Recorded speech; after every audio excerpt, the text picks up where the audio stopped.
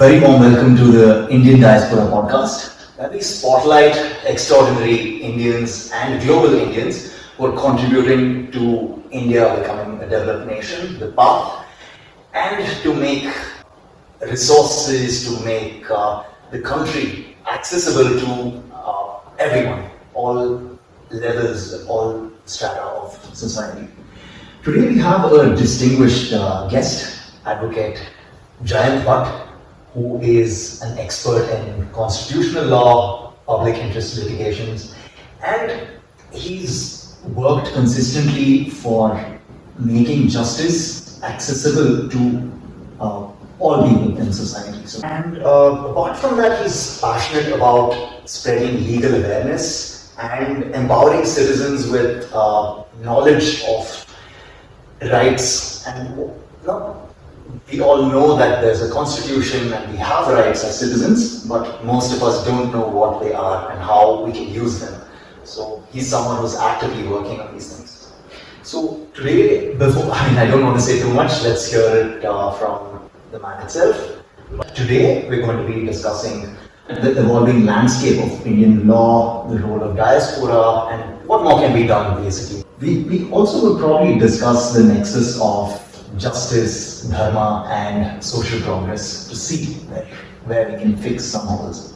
So, a very warm welcome to the podcast. Thank you so much, Dr. Krishna, especially for taking time out of your busy schedule. And if I can maybe share with the audience, feel free to talk about it. Dr. Krishna's misadventure in Pune, and a few things because I deal with the law on the criminal side, and we are going to discuss dharma and also the karma of law. But India as a great country can also be challenging. But we'll discuss it during the course of the podcast and the type of questions which are thrown at me by Dr. Krishna himself.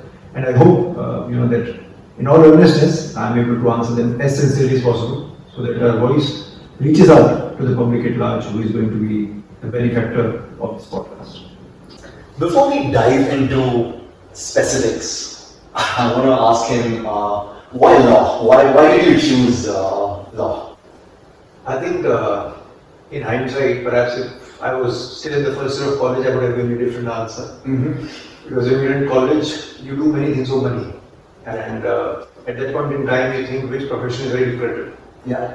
But I think in the journey, when you become a lawyer, and when you start discovering your own truth and the truth of the society that you're trying to represent, I think the answer becomes very different. So if today you ask me why law, I would say there is a great sense of justice and the fact that you can be such an important factor in facilitating justice to the people who come to you and who are actually the victim either of a crime or of a system or of a society or of other ills plaguing the society. That gives you immense satisfaction as a lawyer, as a practicing lawyer. And because I am an out-and-out litigator and a disputes lawyer, when people come to me, they need a solution, both practical, sometimes commercial, sometimes matrimonial, sometimes constitutional, and you have to think of things. So, to answer why law today, it's almost 2 decades that I've spent in the profession now. And I think it's immensely satisfying, giving back to the society. The reason being that every person that has contributed to my well-being as an individual, to my education, to my upbringing, to who I am today, somewhere as an individual I think there is no better way, especially if I only speak of my stint as a lawyer, to then give it back to them in multifolds and in the right manner possible. And for that I think the Indian judicial system or justice delivery system is perhaps was and is my calling, and I hope going forward also I'm able to do enough to give back to the society that has given me so much to enable me to become who I am today. Very sure, very sure. Thanks for that crisp answer. That's it. What immediately follows is, because you also mentioned justice before this, what does it mean to you, as in what is justice to you?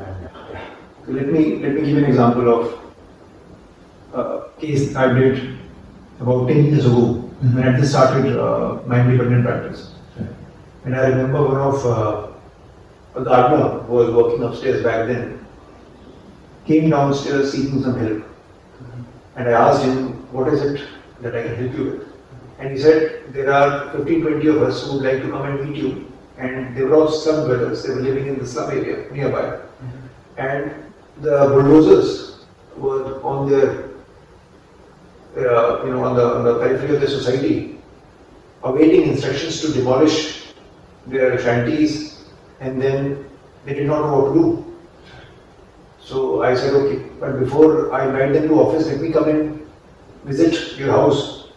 And we also called police, we also called some local leaders. I went with my team there as a young lawyer back then with just, I would say, 5-6 years of practice under the belt. And when we reached there, we saw that at least 4 to 5 bulldozers were on the ready to demolish their property. So we just stood in front of them as you see in the movie, and I said, look, just stop.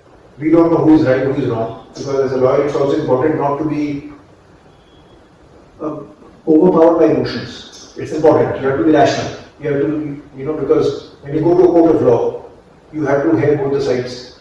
So I requested the bulldozing party to at least switch off their engines.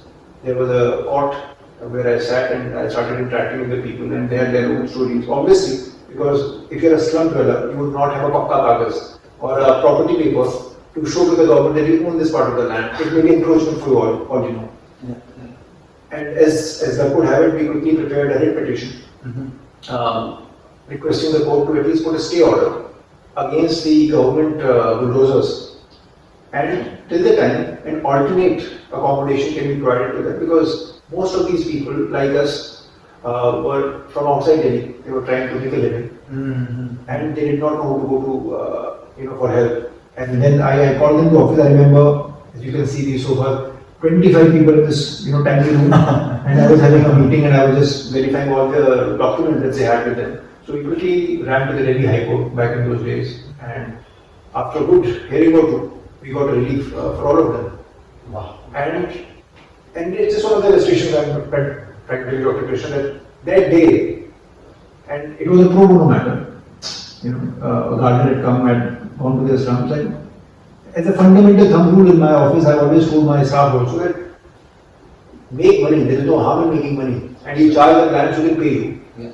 But that door is open for everybody, because the cause is justice. I don't know if that example answers your question of what justice is, but justice is making the means of somebody's rightful fight against the menace in society, be it governmental or private, accessible. I think that the simplest form of fighting for justice means, at least to me, and to the people who I represent many times in the court. Very well answered. Thank you. That also shows your, your ethos and where it supplements your first answer already. So, like why law, it also shows with an example. Thank you very much for that. You already gave, you gave an example already. But I'd say, are there some real life examples that you've seen outside or in your own life? Some other things that have led to social change? So many over the years. Any time the government brings new law or withdraws the new law, you see a social change. Yeah. And just to give the recent example of what has happened in the neighboring country, Nepal, that is a social change, because people in that small country, and especially it was called the Gen Z movement, were fed up. Similarly, if you have been keeping track of the Indian Diaspora in the last 5 to 7 years, you would see that there was a farmer agitation, roads were blocked, there was a CA agitation. Many things happens when a new law is implemented or is a policy decision is taken by the government. Then I think every stakeholder has to come together and realize and ask yourself, is the government has the power to be fighting for your rights as are enshrined in the Constitution, or are trying to trample upon your rights as are dictated in the Constitution? I think that is what we have to see. In talking about justice, we ideally assume that justice is for all and it should be for all. But not just the Indian example, it's everywhere that somehow power leads to, corruption, trampling upon less powerful people. It could be, we talk about genders, we talk about, I don't know, muscle, we talk about money, we talk about whatever, superior somehow historically has been trampling upon us. But since now we're trying to make it a civilization in a real sense, here or worldwide at least, how do we make justice accessible to all? So, I think in today's day and age, justice is accessible because, as you rightly put in your question, it's a matter of accountability. Who do we hold accountable? Do we hold our parents accountable for injustice happening in the house? Do we blame our neighbors accountable if they are not keeping the society clean? Do we blame the government or the municipality accountable because they are not doing their job properly or there are potholes on the road? Who do we blame? I mean, that's the question. Who is to be blamed for not doing their task properly? And that is why every citizen in this country, doesn't matter if it's a mantri or a santri, they go to a court of law, knocking on the doors and say, look, this is where the problem is. I want you to hear me out and I want you to bring the other party to the court and do justice to us. And many cases, when we speak of constitutional law and when we speak of public interest litigations, many of them, be it right of sexual harassment against women in workplace, which happened in 1996 in the Visakhapatnam Agreement, which later translated into a statute being formulated and implemented in the country, now popularly called as the POSH law. Right? Yeah. So the seats were planted in the 1996 Visakhapatnam Agreement, which is popularly called Visakhapatnam was the state of Rajasthan.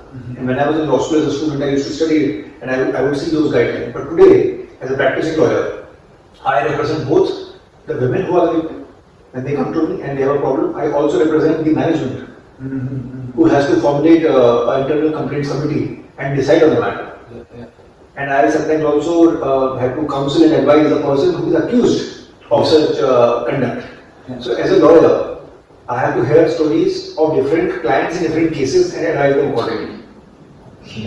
So then again, it becomes the question, is justice for everybody? Be it in a closed-knit boardroom battle where POSH Act has to be implemented, or in the corridors of justice, be it a trial court, be it a high court, be it the Supreme Court of the country, where people come for seeking justice when they have perhaps been defeated in the lower courts of the country. So it's a very, very complex argument to give. Right. But to simplify it, I would say in today's day and age, there are two types of courts that we are witnessing. One are judicial courts, which are obviously full of dockets, have not many pendency across the last 75 years of independence, as you already know. And then there is the court of people, which we call the social media court. And people, who are, I would say, not practicing lawyers or who are not lawyers, but who are by and large a part of the civil society. They are, and also social media, news houses, other, they have their own agenda sometimes. They are too quickly to pass a verdict. So then becomes the question, is justice accountable? Yes. On social media, it is accountable. Does this, and the bigger question is, does that make the value of justice any less than being delivered in a court of law? Because what is delivered in a court of law, by the design of any sovereign state, we and you are bound by it. But so is also the moral obligation of society. Because the moment if I am on social media, and I know, for example, that you are an influencer with millions of followers, and you pass a verdict against somebody, I as your follower, perhaps will blindly follow you. Or if I am a person of reasonable intelligence, I will question it. Right? But when it comes to judiciary, we believe judges and lawyers to be more than of average intelligence. Decide a case without getting emotionally involved, detach themselves and only see the facts, see how the law is applied to it, and then see whether these law and fact actually translate into justice, which we call judgment at the end of this. Right. So the judgment being passed by the court, is it delivering justice or is it actually questioning the whole mandate of the justice delivery system? Clearly something to think about. So again, a follow-up. So what would be like the biggest barriers to delivering justice today? What's Right. So it's very simple answer. The barriers have always been there, and unfortunately, those barricades are not getting removed. On the contrary, I would give you an example of how we as litigators and lawyers are facing problems in the country that after COVID, though, and I'm not speaking of pan-India courts, but at least and I'll only limit my answer to Delhi courts for the time being, have adopted wonderfully to digital and digital media, digitization. So today, even my clients who are based out of the country, who are based out of Delhi, on a click of a button can appear online. What we call as virtual courts. So the short term is VC. So virtual courts today have become a reality. Not just in Delhi, in other parts of the country also. The second good thing which happened in COVID is some of the courts started live streaming on their own YouTube channels. So today you can also see certain courts in the country, and I think Gujarat High Court was the first one, Madhya Pradesh High Court, Patna High Court are some of the high courts which give live streaming of their court proceedings on YouTube. So they have dedicated YouTube channels. Now not all the high courts have adhered to that. Now when we speak of high court, we also have to understand, and let me now delimit my answer and go out of Delhi. When we speak of any other state, high court is just one, perhaps with few other branches depending on the size of the state. But we have many district courts. Their digitization is still an issue, and digitization has not happened. Okay. So for example, and let me not go out, let me just cover the Delhi NCR area. If you are in Delhi, Delhi has 7 district courts today. Okay. Including a specialist CBI court also in Rajasthan. But if you go to Gurgaon, which is the commercial hub today of Delhi NCR, if you go to Faridabad, which is the industrial hub, the other industrial hub is Noida. So Noida is a part of UP, but Faridabad and Gurgaon are a part of Haryana. And if you go there, their district courts have not digitized themselves. Okay. Which means for a Delhi lawyer, even to be engaged by a client to represent their case, one would have to take a full day off. And they have not made amends with the technology. Now, the counter argument by a policymaker can be that you do not have funds.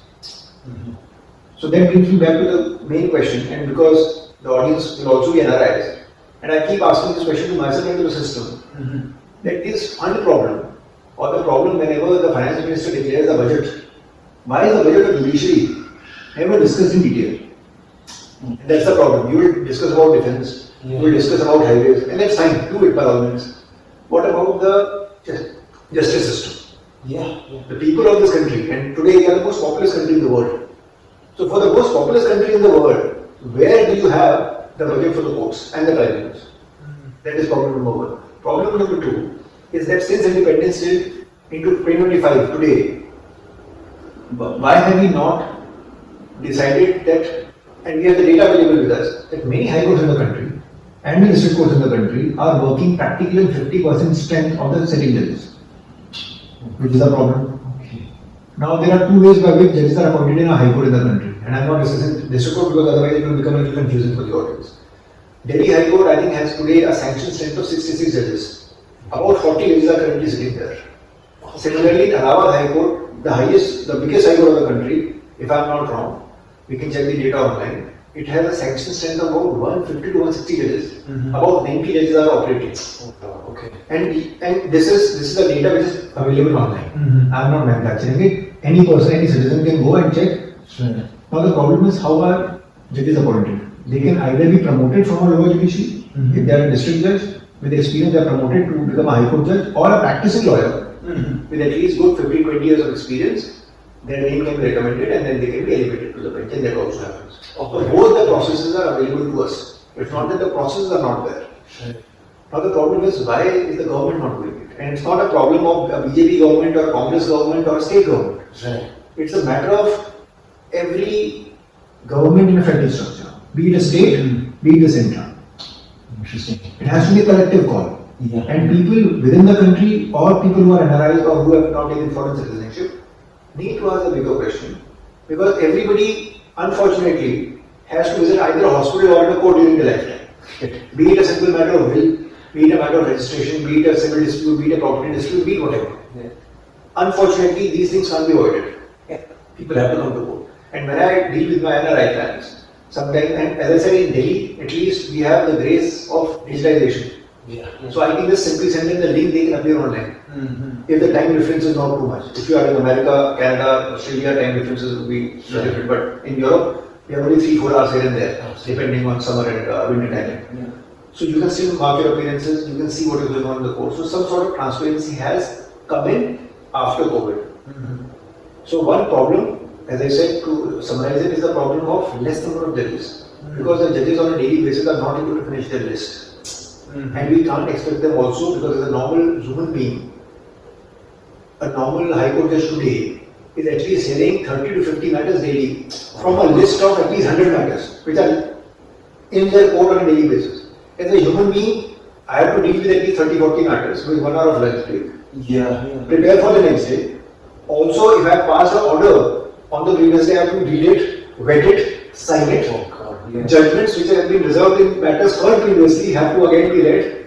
The cases assigned, and then on a daily basis, you appreciate this occupation. That if let's say 2 of us are lawyers, and the person in front of us is a judge, that judge has to hear both of us out. And that is a time-consuming process. Absolutely. So till the time we do not have enough number of judges, pan-India, pan-judicial hierarchical system of the district courts, the High Court and the Supreme Court, we are looking not at the question of the accessibility of justice, but the larger question of will justice be done within time frame.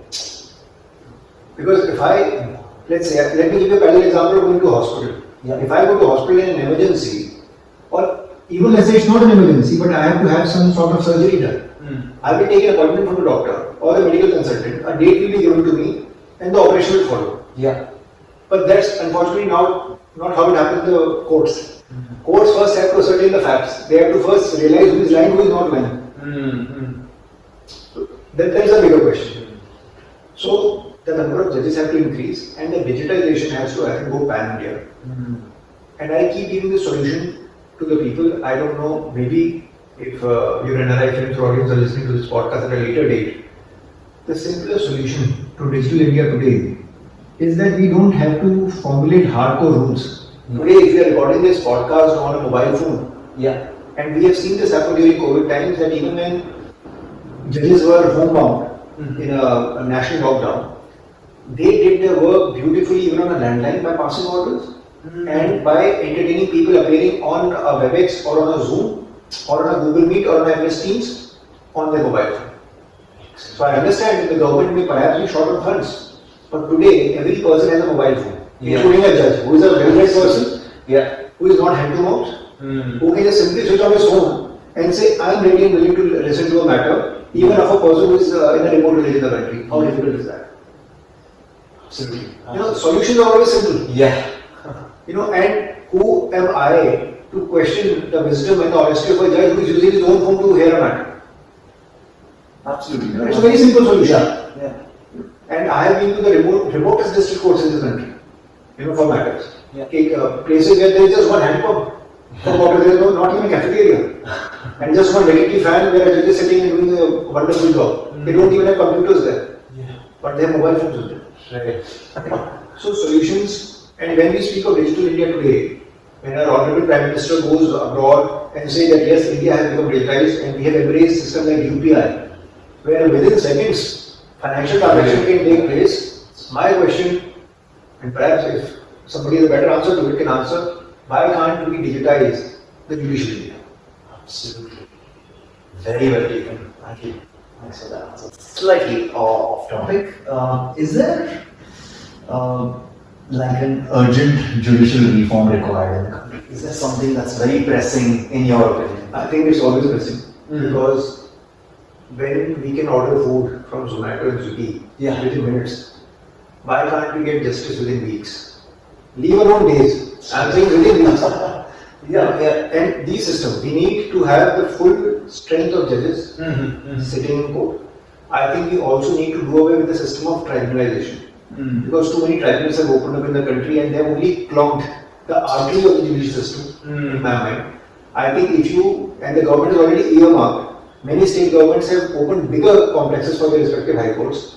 My question is, why don't you put an end to the tribunals and make those judges sit in the same courtroom, in the same corridor? It will save the running around time both for the lawyers and the litigants. And things become simpler.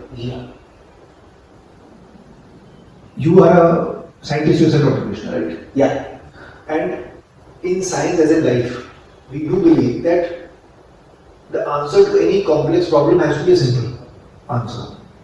The more we complicate a thing, the more difficult it becomes for the human race to embrace it. So we always have to look for a simplistic way of doing things. So when I say Swiggy and Zomato, I just say mean the companies that they have become today or an Amazon or Flipkart for the matter, it's quick commerce. Yeah. Now, what is quick commerce? Quick commerce is making the life of people easy. Similarly, in judiciary, people already know how the system works. They are well read, they have had their training, they know how the system works. It just needs a gentle push in the right direction, where if you are sitting tomorrow in Holland and you have to watch how Indian courts are operating, with a click of the button, any part of the country you should be able to do it. Absolutely. Yes. So again, answer remains the same. Digitization has to be embraced by the judiciary. They don't have to be tech averse. Right. They have to be tech aware. Yeah. So most of the judges who are today in their 60s or 70s, some of them have wonderfully embraced technology. But some of them are old school and they don't want to embrace technology in the same manner as their other peers and colleagues. Right. But I don't think that's an answer. Yeah. There should be a way out. Yeah. Because everybody today, like even my father, who is in his mid-70s, can use a WhatsApp today on his smartphone. Right? And WhatsApp today enables all of us to make a video call, even make a UPI transaction, even chat, and do a simple forward. Right. Now, how do courts operate? Courts operate on the facts which are presented to them, and if you can see the judge functioning.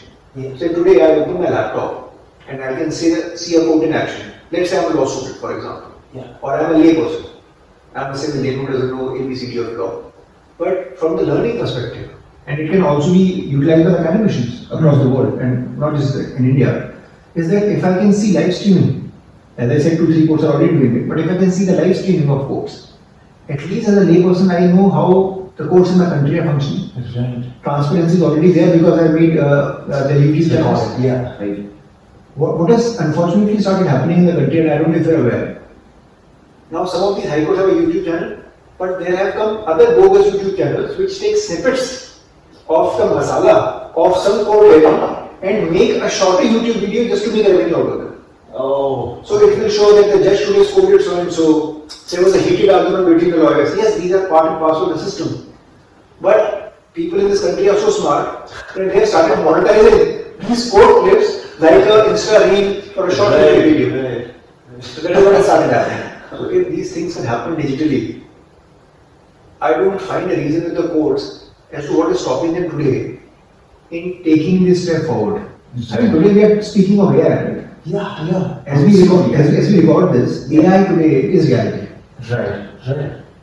And it is, I don't know how many jobs it's going to claim in the future, but definitely over the last 20 years in the profession I've realized that if an office used to have a court clerk or a typist or a translator, those jobs today with the advent of AI have been taken over very easily. Today I just need to open ChatGPT and say, please, these are the prompts for my email, write me an email for the client. So if it would take me 10 minutes to write an email, a fresher perhaps 20 minutes to write an email and amend it, ChatGPT can do it in 5 seconds. Right. Yeah.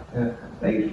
So the time-consuming process which was plaguing the judiciary, I think is behind it. Right. So we today cannot take the shield of our age-old thinking that look, we are technology averse, we can't do this. No, that's not an answer. No. The answer is we have to adapt very fast, grow with technology, and be an enabler between the civil society and the faith keeper of the judicial system, which are the lawyers and the judges, to create a bridge in a way that justice is swift. Just like Swiggy, Zomato, Flipkart, and Amazon, you choose, okay, this is now my case is listed, this is the judge, I can mark my appearance, I can see my lawyer in action, and things happen swiftly. I don't think it's rocket science. It can be done seamlessly. Yeah. Very well answered, and clearly a no-brainer for it's important and should happen. Yeah, let's hope that happens. That's good. The judiciary courts are independent of the government, and of course, like you also mentioned, it's irrespective of which party is in power or which parties are in power. Sometimes there are clashes. Sometimes it's also they might start working together or something. I don't really know what's happening inside of us. So. Is it a good thing that it's independent, or like I've also read that in many countries the judiciary comes under the government or something like that. So are there any pros and cons here? Just comment on that. A wonderful question. In fact, I would say the independence of judiciary perhaps is one of the strongest pillars for our constitution. Because when the framers were formulating the pillars the legislature, the executive and the judiciary as we know it today, I think it has stood the test of time. So I don't find anything faulty with the independence of judiciary. But however, of late there has been a debate about the way the judges are selected. Because the independence, though is good, under the garb of independence, what can you do either for the promotion of the social well-being or for the detriment of societal values? That is what we have to look at. So this concept of the collegium system, perhaps you may have heard of. So any constitutional court, and when I say the word constitutional court, the constitution defines the High Court and the Supreme Court of India, has the Chief Justice, who is the head master in a way of the court, and the 4 senior most judges under him. So 5 top judges in the hierarchy form the system of collegium. And they within themselves then decide who are they going to next appoint as the judge. So collegium system has come under fire of late, both by the new generation, by the people who are serving in the system, and by the lawyers alike, because some sort of opacity is there. Lately, even retired judges and some sitting judges have also started putting their foot down and their reservation known, even to the collegium system, being a part of the collegium themselves, that look, we don't think a particular candidate is suitable to be promoted or to be brought into the fold.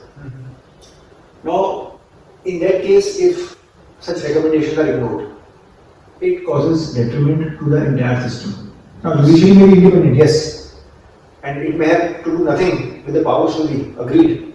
But the larger question is, who are you working for? You are working for the public.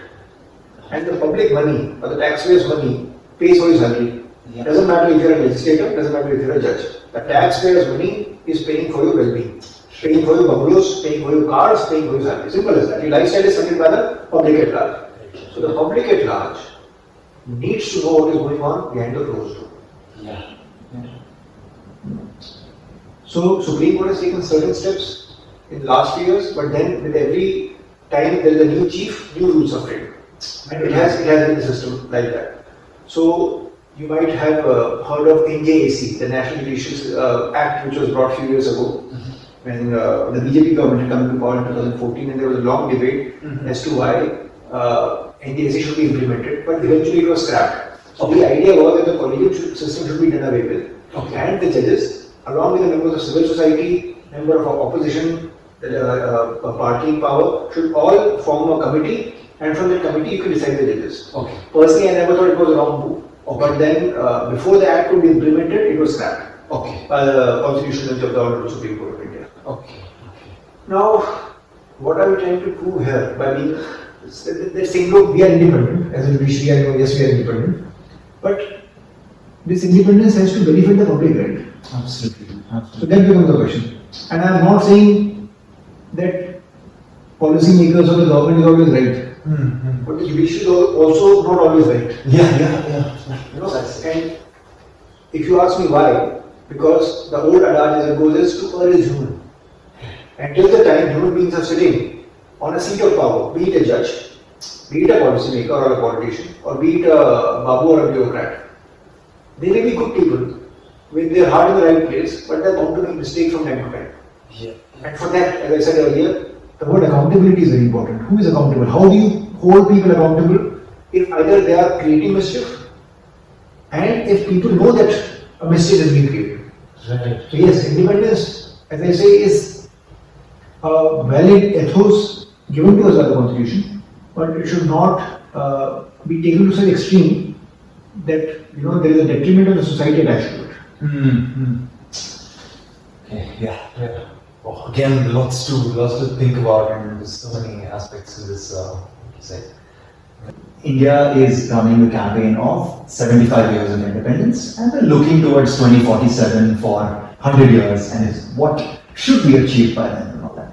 But the first thing people jump on is economy, 20 trillion, 10 trillion, these things, and then we talk about, let's say, infrastructure. Then there's metros, highways, cleanliness, these things come. But very rarely have I heard of justice, law, and all of these, although it's a very important pillar for development, right? I mean, it can probably make all the other things, nullify all the other things if that is not in place. If justice is not in place, then what's the point of a 30-40 trillion economy? So, how does this fit So, any comments? Yeah. In fact, I have multiple comments, but I'll come to them one by one. Sure. When the current government in power says that we need a Viksit Bharat by 2047, Right. I agree with them. It has to be. I'm a proud Indian. Right. I would like to see India gallop past China and US. Yeah. But I'll give you an anecdote to this. Yesterday in a podcast, I was seeing this gentleman who said a very nice thing. Mm-hmm. And he's a good business person. He said that Viksit Bharat is alright, but we should not be ignorant of the fact of the economies we are trying to run past and try to emulate. So, for example, if you say that today we want to beat China, or beat America, or beat Canada, or beat in any country which is much ahead of us in time in terms of the economy and in their commerce. So, for example, just to digress, like today, America has imposed tariffs on us. Yeah. Now, there is a business impact of that is happening in the country, right? It is a policy move. Yeah. It is also an international trade move. It is also a move where perhaps both the courts in the country have no role to play, but commerce is getting affected, right? So, if it is hitting India, definitely we should ask ourselves, where do we see Viksit Bharat in time to come? Yeah. Second, when we see China much ahead of us, and the only thing we have beaten China today is in the population control. Not in the population control, in the population measure. We have beaten China. We have become number one. Yeah. So we should not forget that India still is an emerging economy. Right.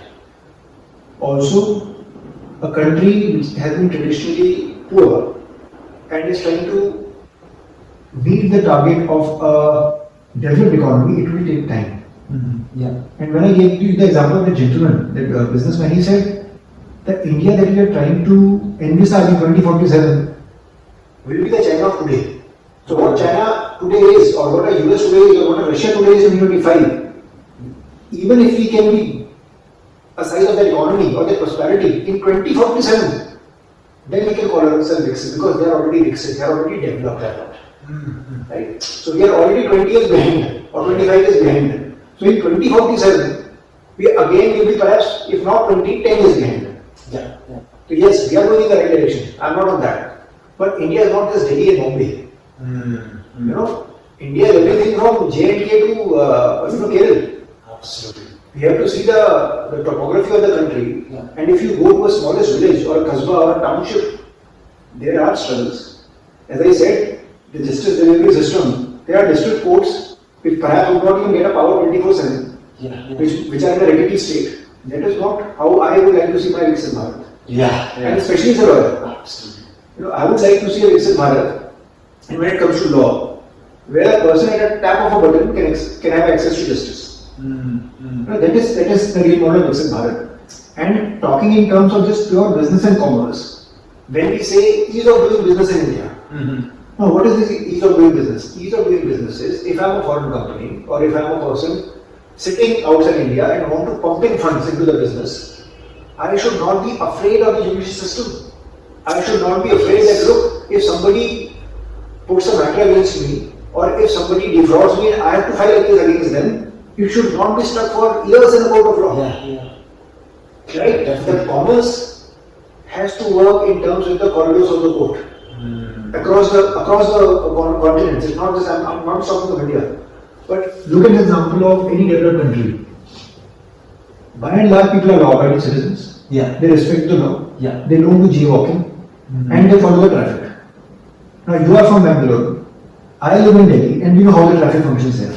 Yes. No, this is not the type of Viksit Bharat we are aiming for. No. You know, in a lighter way, somebody said in the WhatsApp of Bangalore yesterday that in Bangalore, a car loan is a loan for it's like a housing loan because it is considered an immovable property. Traffic doesn't move. Absolutely. That becomes a problem. Now, in a country where I want things to be fast, be rapid, you know, and the other joke about Bangalore, and I have my friends and family also live in Bangalore, they are like, it's a tech city, right? There are a lot of IPO, a lot of new age companies are there. So they say if you have to pitch for your IPO or for venture capitalists, you will find them in the traffic jam next to the car. So you don't even have to reach to the office. It's absolutely believable. That is not the type of Viksit Bharat I am looking at. No, at all. Either as a lawyer or as a proud citizen of this country. Absolutely. So if I today, let's say if I am sitting in Holland and I want to invest millions of dollars or euros pumping into India in a business venture, and if I know that an Indian businessman today, perhaps with all the loopholes of law available to that business person or of his scrupulous nature, wants to put a spanner in my wheel and ensure that I am not able to do good business in India despite having pumped in money, where do I go? That becomes a problem. Now today we have commercial courts in the country. Yeah. But mainly metro cities, they are functioning effortlessly. What happens to the other part of the country? Are the businesses not happening? If a rail line has to be laid anywhere in the country, or if electrical transformers, solar panels, etc., in terms of other businesses have to be put in other parts of the country, and I, as a shoot person, am not going to honor my contract or a commercial agreement entered into you, and the courts are not functioning at the pace at which they are supposed to, how will we become Viksit Bharat? Yeah. So that again brings me back to my first answer. The finance ministry, the government, first needs to tell people of this country what is the budget allocation for the judiciary. Pan India. How are you going to digitize the judiciary? How are you going to ensure that the people within the country and people without who are wanting to put money in the dream of Viksit Bharat. Viksit Bharat is not dream of one Prime Minister. Please try. It is a dream of every proud Indian who is born out of this world. It is my dream, it is your dream, it is everybody's dream. But that dream has to be met with the notion of reality. Yeah. And that reality is that if I try to do something wrong, I should have the fear of law in me, and I should know that if tomorrow a party takes me to the court and my wrong is caught by the court of law, I will be punished within weeks, and it will not take 10 years for a case to be decided. That is my message to your audience, and that is my message to the society at large, that we all need to come together and ask the right questions. I'm not saying the government is into any wrong way, but we are today a country which has 75 years of independence behind us. We are looking to outpace bigger economies, but without a judiciary or a judicial system intact or in place, or which is being lackadaisical because of insufficient funding, or because of non-digitalization. Who is the eventual sufferer? The eventual sufferer are the citizens of this country. To reduce the burden, would it also help to inculcate some things in the education system, or to make people more, let's say, sensible in some sense, and more law-abiding, right? People to be more conscious. Open question. I think it's a very utopian question without a utopian answer. Sorry. but let me answer it in two tranches. Yeah. The first, how do we include the society into understanding the concept of law and justice? Yeah. That's important. But I think that is already inculcated in the education system, because kids today, and if you speak of crime, let me answer that also, because kids today, when they are going to kindergarten, when they are in a younger class, they are taught the lesson of good touch and bad touch. So they know that if somebody is touching you inappropriately, you can complain to your teacher, to your faculty, and they will take appropriate action. As we spoke earlier about boardrooms and the POSH Act, sexual harassment is being addressed by and large across the Indian boardrooms and Indian embassies, which is a great thing. Now, the other thing is, everybody is in a rush in this country. Why do people jump traffic lights? Do they not know it's wrong? These things are taught to all of us when we are in schools. Follow traffic rules, do not commit crime. If I take your pen without your permission, it is defined as theft. Consent is very important. Do not misbehave with people. So all these moral lessons and lessons which are related to our own societal being are taught to us, both by the family that we are born into and by the education system which we are part of, be it college, be it school. So it's not that we have a failing system. No, systems are there intact. But I think, and then because I've also spent some time abroad and I've visited some countries, when I compare the law-abidingness there, it really fills my heart with pity when I see the people and how they behave sometimes across the country, that don't jaywalk, give pedestrians the right, don't try to bulldoze the other person. Don't do those things. But is it a matter of commerce? Is it a matter of class divide? I don't know the exact answer or the exact pain point, but I do know that if the law is implemented strictly, people will abide by it. It cannot be a matter of will I choose to obey the law or not. For example, if you go to UAE or if you go to Singapore, very small countries, but the respect of law there is much more. Yeah. You would know not to overspeed. You would know that if a pedestrian is coming in front of you, you would not put your car on that. You would give them the first right of passage. And I think Singapore is very strict that you can't even chew gum in public. You don't put it, they will fine you for that. So then, every country is different. Now you are from Holland, and I was seeing some documentary that Holland has been aggressively promoting bicycle rides to curb environmental pollution. Right? Absolutely. So again, it's a matter of policy and the matter of citizenry coming together because they have a great notion of their own civic sense and how their society should be portrayed. Now today, we are in New Delhi. Next month it's going to be October, and we all know the nuisance of the smog which is going to occur around us because of the burning of all the farmland and the crops and the residue, etc. So, do we not know it's harmful for us? Do we not know that the industrial waste which is going to the Yamuna river and it's the same water you all consume either for bathing or for drinking through filters, etc. But as human beings, we are dependent on nature. So this is the civic sense I'm talking about. Absolutely. This is part one of the argument. Part two, you said, what is the meaning of dharma?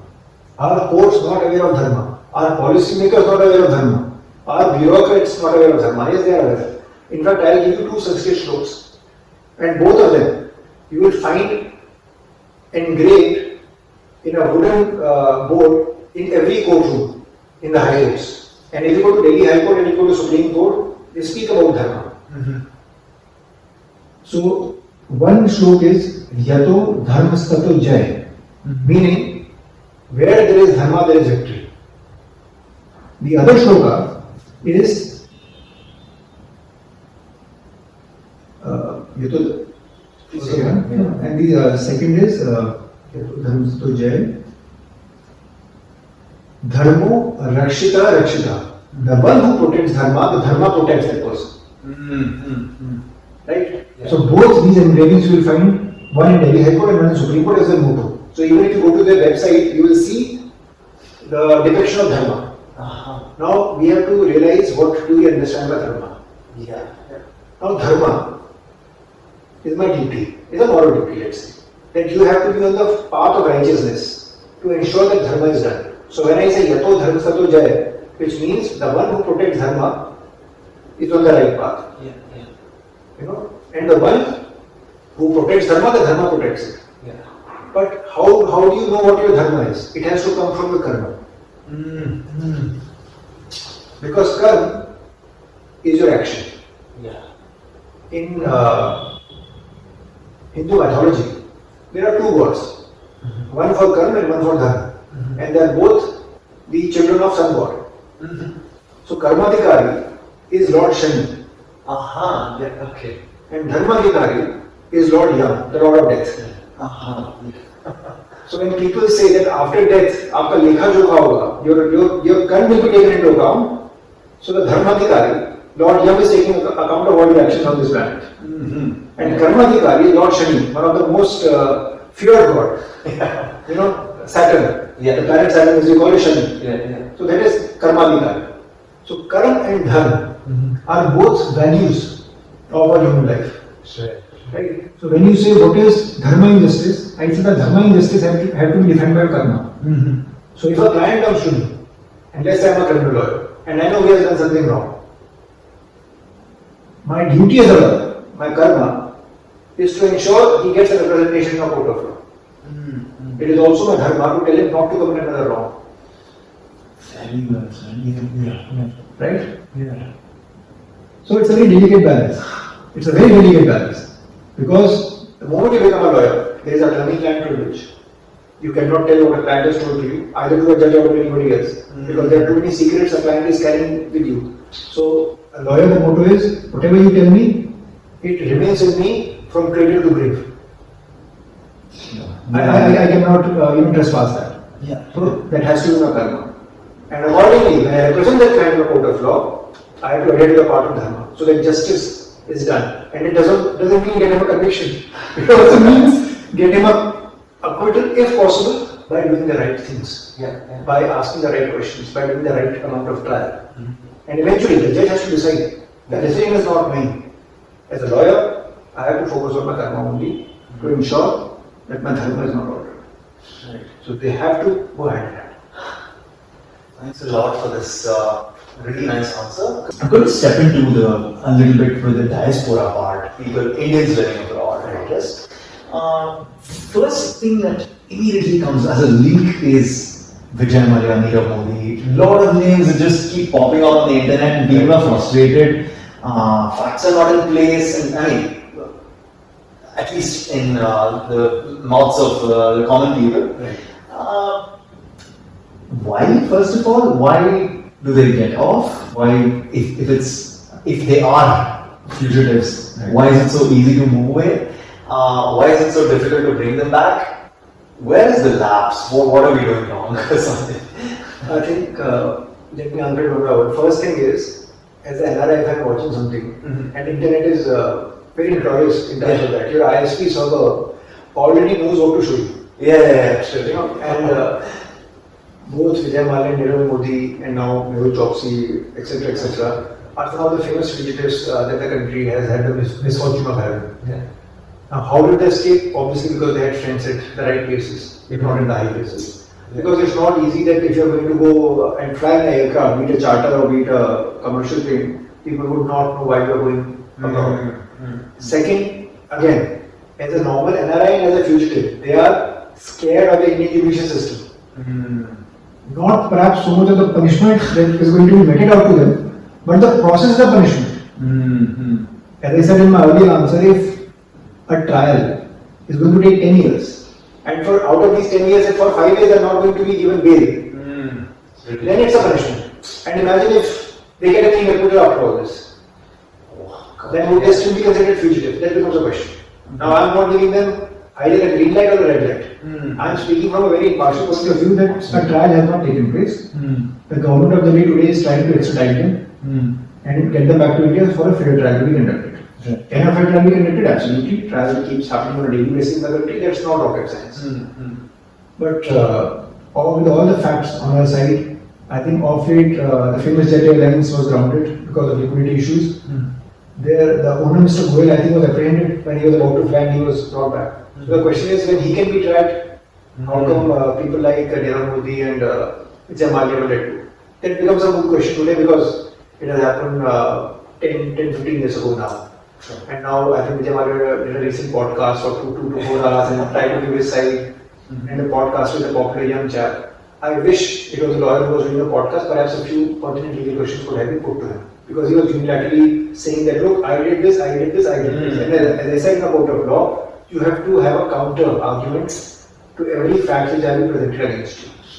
You know, a podcaster with no knowledge of law or the working of the society, and by society I mean the Indian Judiciary, perhaps is not the right person. Yes, for an entertainment value, it's super, it's great, you did your hard work, you went to UK, you got a nice podcast and people are watching it, and perhaps feeling sorry for him. Yeah. But I don't think that's the case. Every person in a court of law, when they come, you are under the very scrutinizing eyes of the judges and the lawyers. So you can't just, wish your way away from the justice system. That is number one. Second, Mr. Mallya is known, sometimes, and I can say this because when I was starting my career in Dubai, his airlines Kingfisher had taken over, I think, Gulf Air to acquire international routes. And at that point in time, one of my senior partners asked me to get some contracts and agreement done on in an expeditious manner, so that his airlines can, their flight rights would be acquired to, I think, Saudi Arabia and few other Gulf countries.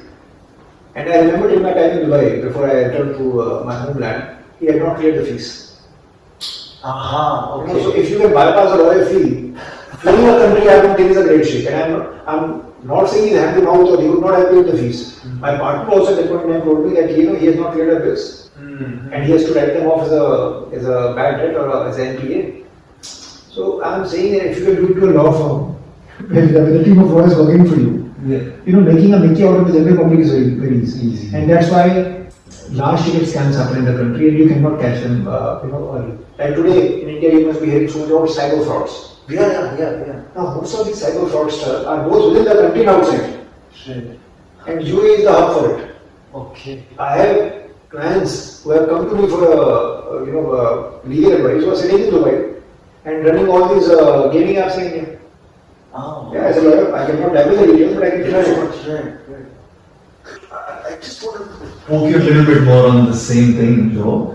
On the other side of the question, actually, can we, with bringing them back, or with, let's say they've escaped and they're in another place, can we have better legal cooperation with the international community or international, more, let's say, law enforcement agencies abroad? So things that probably they can trust our legal system a little bit better, and they can hand people over, or I'm just thinking here. Look, the understandings are already there because every country has these bilateral agreements with each other, both on the commercial side, sometimes on the judicial side. We have multiple conventions, even as a signatory, as a sovereign signatory, with multiple countries. That's not an issue there. The thing is, for any sovereign, and in this case we are speaking of UK especially, they have their own judicial system in place, the common law, which we have adopted in the country. So, and as far as I understand the news that I have been keeping track of, both of Modi and Malia, I don't think they are running any legal battles there. So once they perhaps reach their apex score and they lose the last battle, that is when the system is going to hand them over to the Indian diplomacy here, or the Indian investigators here. That will happen. As I said, it's only a matter of time because the current government is very gung-ho on bringing them back. So I don't see any lapses between the understanding of the two countries or any judicial lapses. Only thing, as I said, is sometimes the process of punishment. Right. Especially in international matters where you're trying to extradite a person, you're trying to bring back a fugitive. It takes time. It happened in the case of Rana. He was brought back to India, and now he's going to face trial. So it's not that it has not happened. It has happened, but it's taking time. Right. Can NRIs, can people in good positions outside Indians help in betterment of anything legal, judicial in India? I think I'll give you a very positive answer. Okay. I think they can and they should. I'll tell you why. It has to start first from identifying and acknowledging that yes, we have a problem and we have a story with the system. Okay. And being an NRI, you may be sitting out of the country, but you can see the suffering of a common man just with the delay aspect. Right. The famous saying is justice delayed is justice denied.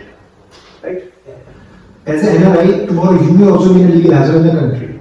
And if today we are not contributed to the health and the well-being of the judicial system, then we are all common sufferers of this ailment which is plaguing us. Right. Point number one. Point number two is that the NRIs have to come together, not as an influencer or not as a funding project, but I think have to perhaps form a corpus by which we can tell both the students of law and practicing lawyers the real concept of the business of law, not business law, but the business of law. How does the business of law works? Because it is directly linked to every commercial aspect we can think of.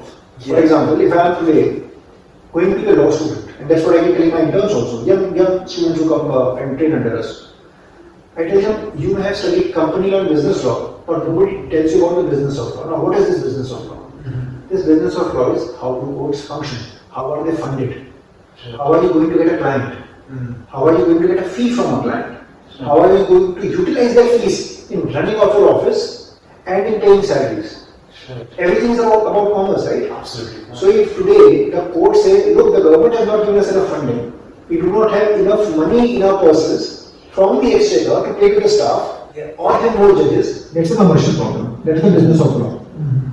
So when the NRIs come and participate in so many functions across the country with all these eminent ministers of the government, that yes, we are going to sign an agreement or expression of interest, that yes, we are going to be a part of Viksit Bharat. You cannot put a blind eye to the judicial industry and the importance of judiciary in Viksit Bharat.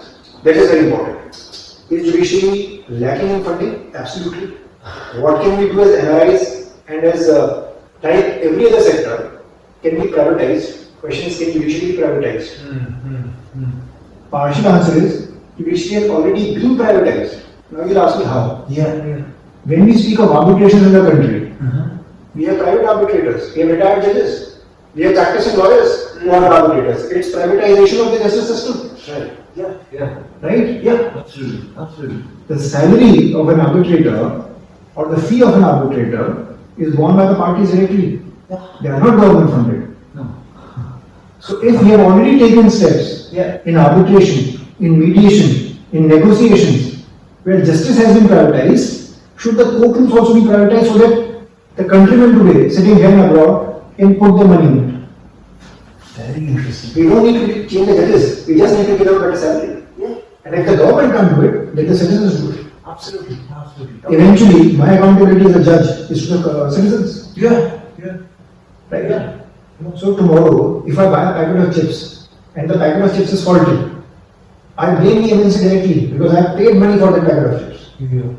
So the judge getting the money anyway from the taxpayers' money, he gets the money directly from the society funding and to act like a company anyway. But it's just an idea, but it's a workable idea. Yeah. Right? So if I was staying in the judicial system and I said, look, why are these 20 seats not filled? We need 20 more judges. We have the fund for their salary. Please appoint them. Please digitize it, and please ensure that all the NRI and the countrymen who can, put 1 rupee as a GST, let's say, towards this cause, can create enormous funding. Yes. Let's not forget, we are a population of 1 billion people. That's also our biggest strength. 1 rupee from every citizen in the country creates a corpus of 1 billion rupees. At least. Yeah. And NRIs, we put the NRIs and the Indian diaspora outside. Some of them have done wonderfully well, big business magnates and tycoons. NRIs are earning so much well. I'm sure they want to give back to the country, but they have to see this symbiotic relationship between the working of the judicial system and the working of businesses alongside. And that is how it has to be perceived. If a crime is committed, a crime can be a hardcore crime where things like murder or kidnapping take place, or it can be white collar crime where embezzlement takes place and it causes harm both to the society and to the person who is a victim of the fraud.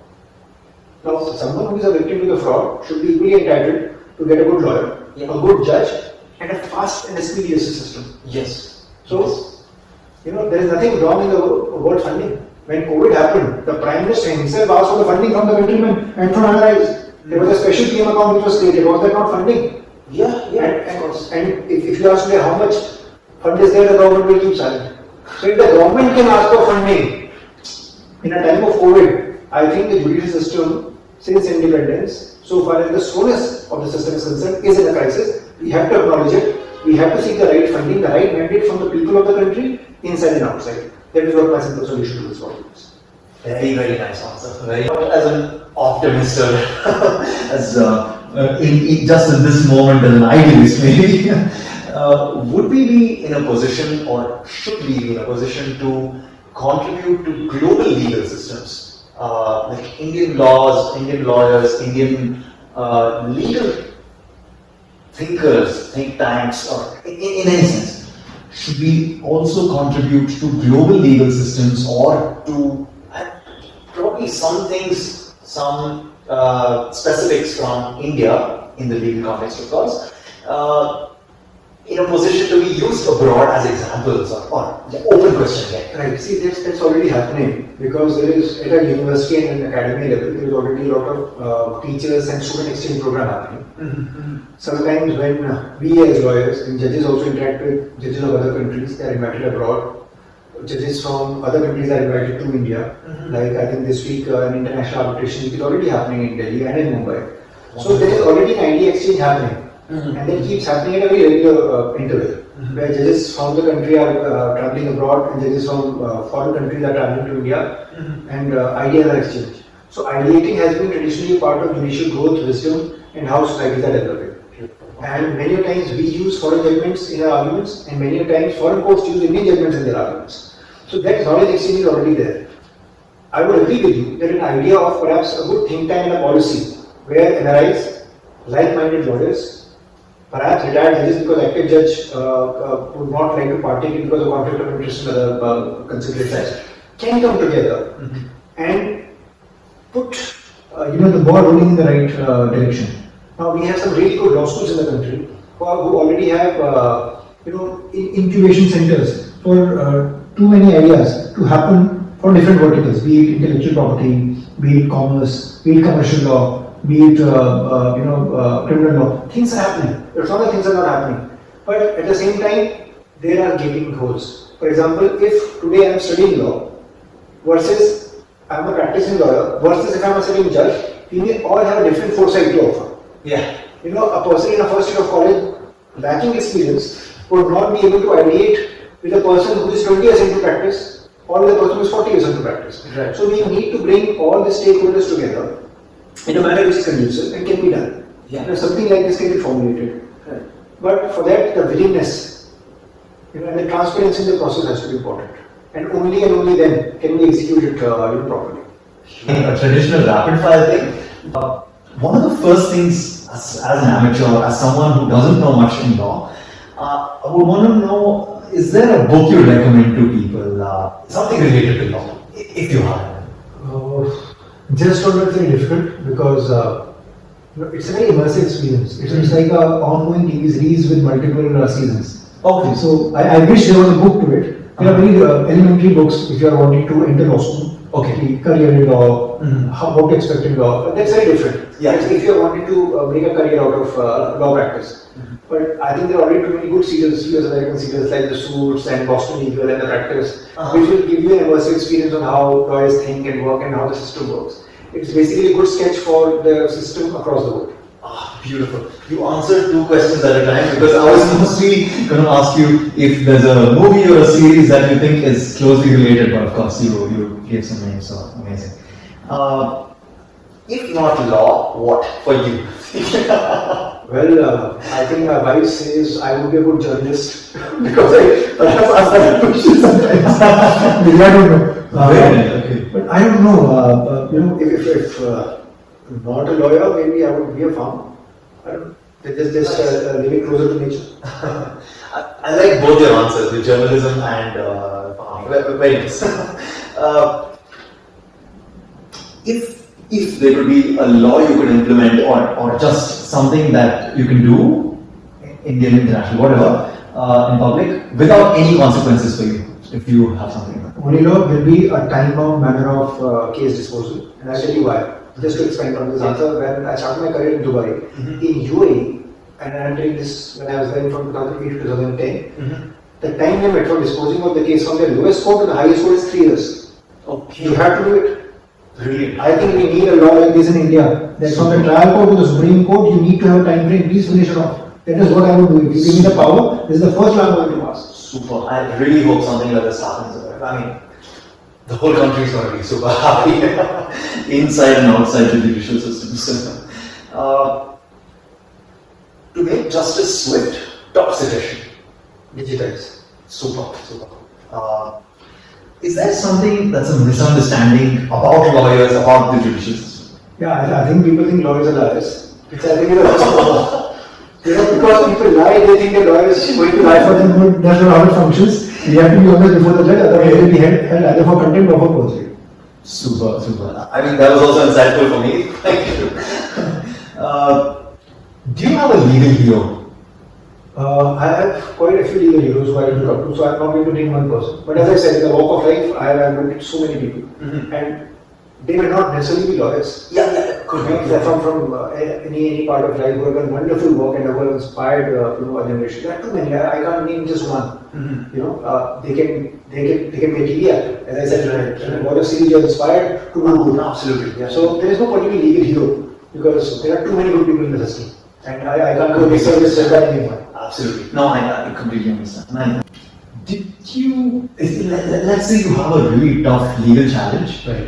Do you have a mantra how you approach things when things get really hard or on you itself, you're stressed in a legal case? The only thing I've realized in practice is give yourself time.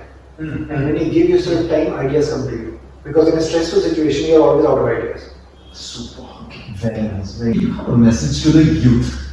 Always. I think they are the future. Right. And if pushed in the right direction, they can bring about good positive transformation that the country requires. Beautiful. Again, a message question to young lawyers. Same thing. I mean, young lawyers and youth, I equate them equally. The only thing I would tell young lawyers is if you are sincerely following the profession of law, don't just do it for money. I'm not easy said than done. We all require money for our livelihood and for upkeep. It will come.